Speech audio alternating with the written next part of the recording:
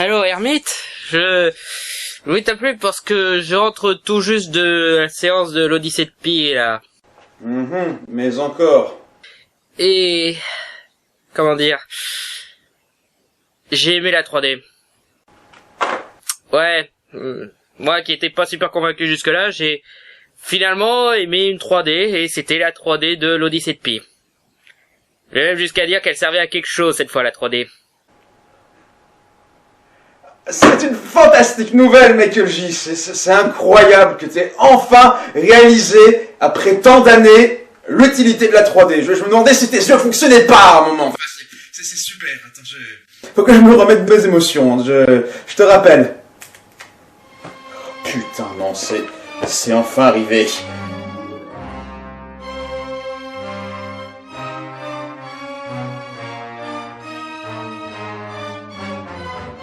Je n'en reviens toujours pas. Toutes ces choses incroyables qui finissent par arriver, c'est... la fin est proche. Que Dieu nous protège. Oh.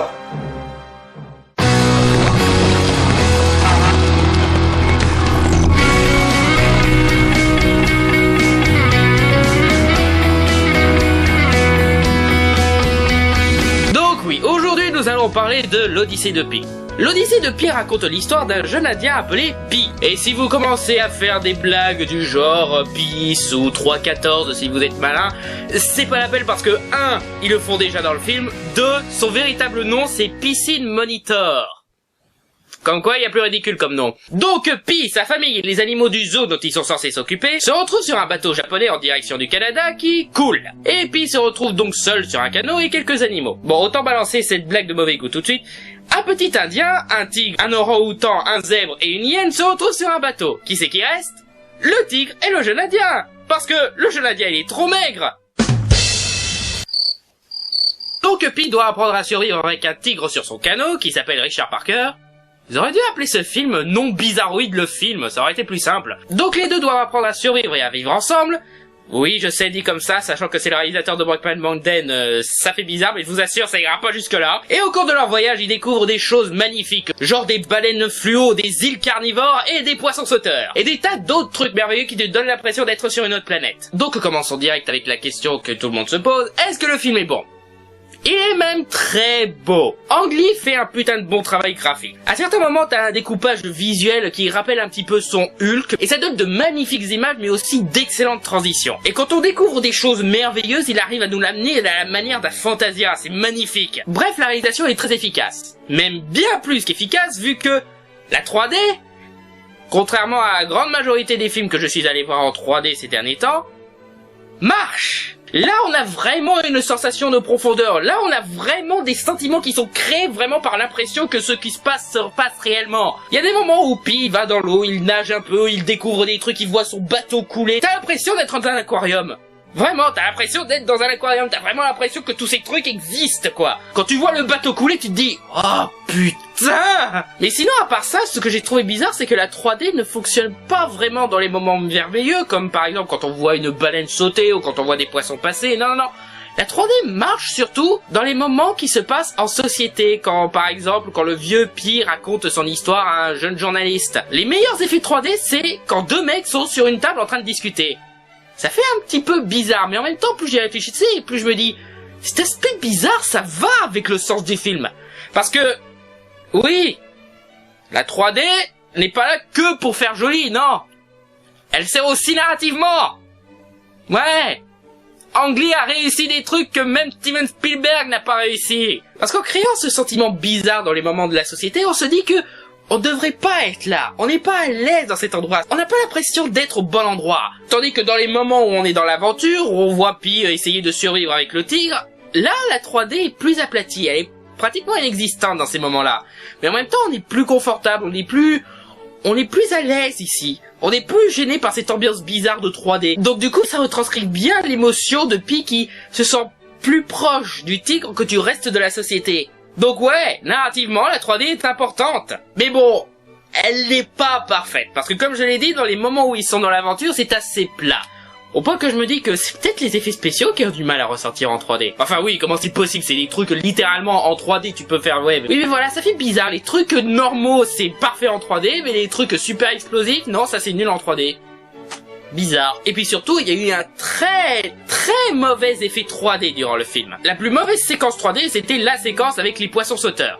Pourquoi c'est la plus mauvaise? Eh ben déjà parce qu'avec ce concept, tu devrais quand même arriver à avoir un effet sympathique qui n'arrive jamais. Et aussi parce que durant cette séquence, le film a changé de format. Pendant tout le film, tu te tapes un sympathique 16/9 et là, boum, panoramique. Tu vois deux grosses barres noires de haut et en bas qui s'incrustent. Et pourquoi ils font cet effet? Eh bien, tout simplement pour montrer que les poissons, ils passent par-dessus les barres noires.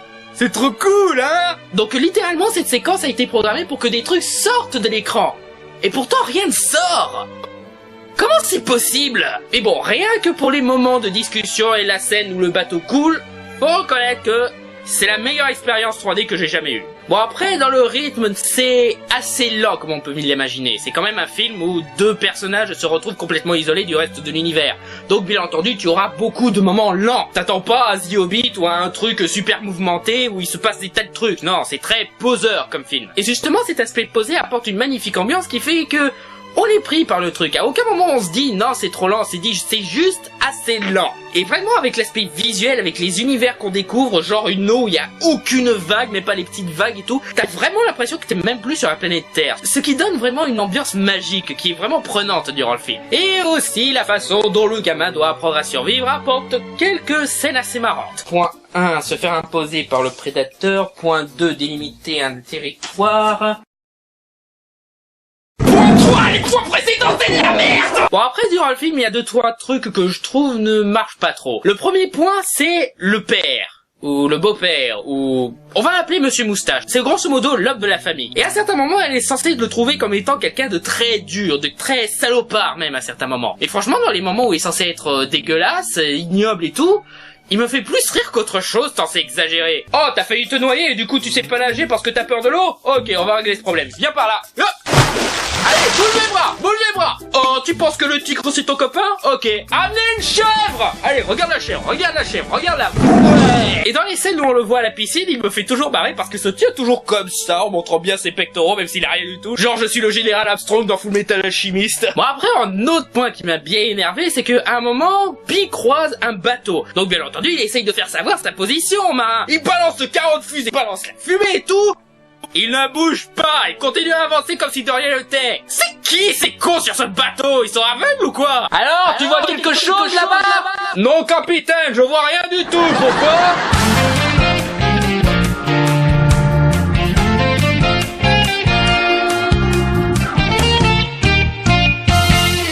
Allez aussi, je sais que ça peut paraître bizarre comme reproche pour ce genre de film, sachant qu'il n'y a pas beaucoup de dialogue, mais...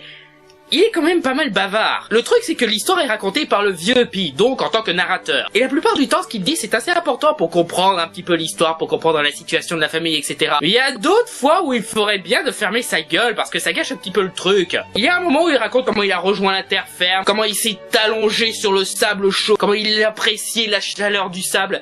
Montre-le-nous, c'est des trucs pas compliqués à montrer. Le raconter comme ça sert à rien, quoi. C'est juste de la fainéantise. Je veux dire, avec tous les beaux visuels que t'as fait, avec tous les trucs super sensoriels et tout, ce petit moment-là, t'arrives pas à le faire sans un narrateur. Mais bon, voilà, sur ces points-là, je chipote un peu, parce que dans l'ensemble, ça reste un très beau film. Il y en a pas mal qui ont critiqué l'utilisation d'images de synthèse sur les animaux. Genre, ils savent même pas dresser un tigre ou une hyène. Bah, en même temps, les animaux, ils font des trucs assez précis et... assez dangereux pour les humains quelquefois. Donc voilà, avoir de l'image de synthèse pour ça, c'est même plutôt nécessaire. De toute façon, je ferai un parlant cinéma expliquant en quoi toutes les critiques sur on utilise trop les effets spéciaux sont débiles. Alors, enfin, de ce côté-là, tout ce que vous avez besoin de savoir, c'est que l'image de synthèse est excellente et que le tigre est magnifique. C'est tout ce que vous avez besoin de savoir. Et il y a un petit moment que je vais balancer un gros spoiler, donc voici une petite alerte. Voilà, comme ça après on dit pas que j'ai révélé la fin et tout, hein. Oh, t'as spoilé The Hobbit et tout. Y a rien à spoiler dans The Hobbit, connard. Mais enfin, comme on peut s'en douter, à un moment, Pi rejoint la civilisation. Et les Japonais essayent de questionner Pi à propos du bateau qui a coulé, parce que on n'explique jamais pourquoi le bateau a coulé. Donc bien entendu, les Japonais veulent savoir le fin mot de l'histoire, et ils n'ont que Pi comme seul survivant. Donc Pi raconte toute son histoire avec le tigre et tout. Mais les Japonais ne sont pas satisfaits. Eux, ce qu'ils veulent savoir, c'est pourquoi le bateau a coulé. Et de toute façon, ils n'arrêtent pas de relever quelques petits problèmes scénaristique qui, maintenant que t'y penses, ouais, c'est vrai que ça fait bizarre. Donc finalement, pour l'apporter ce qu'il voulait, il raconte une histoire un peu plus réaliste, où il remplace les animaux par un capitaine, un cuisinier qui est joué par Gérard Depardieu et sa mère. Cette histoire n'a pratiquement rien de différent, si ce n'est qu'il ne rencontre pas de trucs merveilleux, il ne devient pas copain avec des animaux. C'est juste que voilà, c'est une histoire qui semble réaliste. Donc une fois que le vieux Pierre a raconté tout ça aux journalistes, il pose une question aux journalistes. Je vous ai raconté 2 histoires. Dans les 2 cas, je perds toute ma famille, on ne sait pas pourquoi le bateau a coulé. Laquelle vous préférez? Et bien entendu, cette question est posée directement vers les spectateurs, genre, qu'est-ce que vous voulez? Une véritable histoire, réaliste et tout, ou une magnifique histoire? Sachant que l'un vous apportera autant que l'autre. Qu'est-ce que vous préférez? Et si vous êtes normalement constitué, vous choisirez l'histoire avec le tigre. Ça, j'approuve à 100%. Les histoires utilisant l'imagination qui surpassent les véritables histoires. Sachant que ces véritables histoires sont quelque part plus fictives que les histoires imaginaires. C'est super sage comme message. Et franchement, il y a certains cinéastes français qui devraient prendre des notes en regardant cette fin. Donc au final, l'Odyssée de Pi est un très beau film qui met en valeur l'imagination. Je vous conseillerais bien de le voir, mais malheureusement je sais pas si ça vous plaira à tous. Sachant que le film est assez lent, qu'il met pas mal de temps à s'engager et qu'il a quelquefois une imagerie assez bizarre, ça risque de déplaire à certains d'entre vous. Personnellement, j'espère que ça vous plaira, mais voilà, on sait jamais. Ah, et aussi, évitez d'amener vos enfants pour voir ce film, parce que vous risquez de le regretter, quoi. Oh, regarde le joli zèbre. Oh, regarde le mur à côté de l'écran, regarde le mur. D'ailleurs, ça me rappelle une petite anecdote assez marrante dans la salle de ciné, c'est que certaines personnes, en regardant certaines scènes, tu pouvais les entendre dire « Non, pas le zèbre !» 5 minutes avant, le petit indien, il perdait toute sa famille. Tout le monde s'en fout, mais le zèbre, par contre, ah non, faut pas le tuer. Sachant que si c'est pas le tigre qui le tue, c'est le petit Pi, parce qu'il faut bien qu'il mange. Bref, les spectateurs aussi devraient revoir leurs priorités, quoi.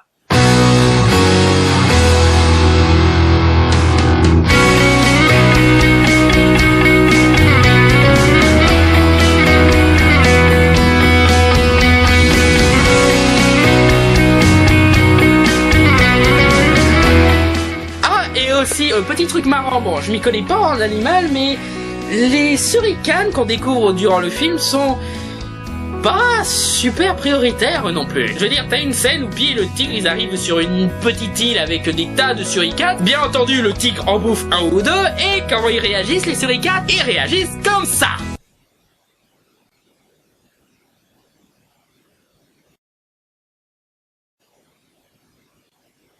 Oh putain, il est en train de nous bouffer!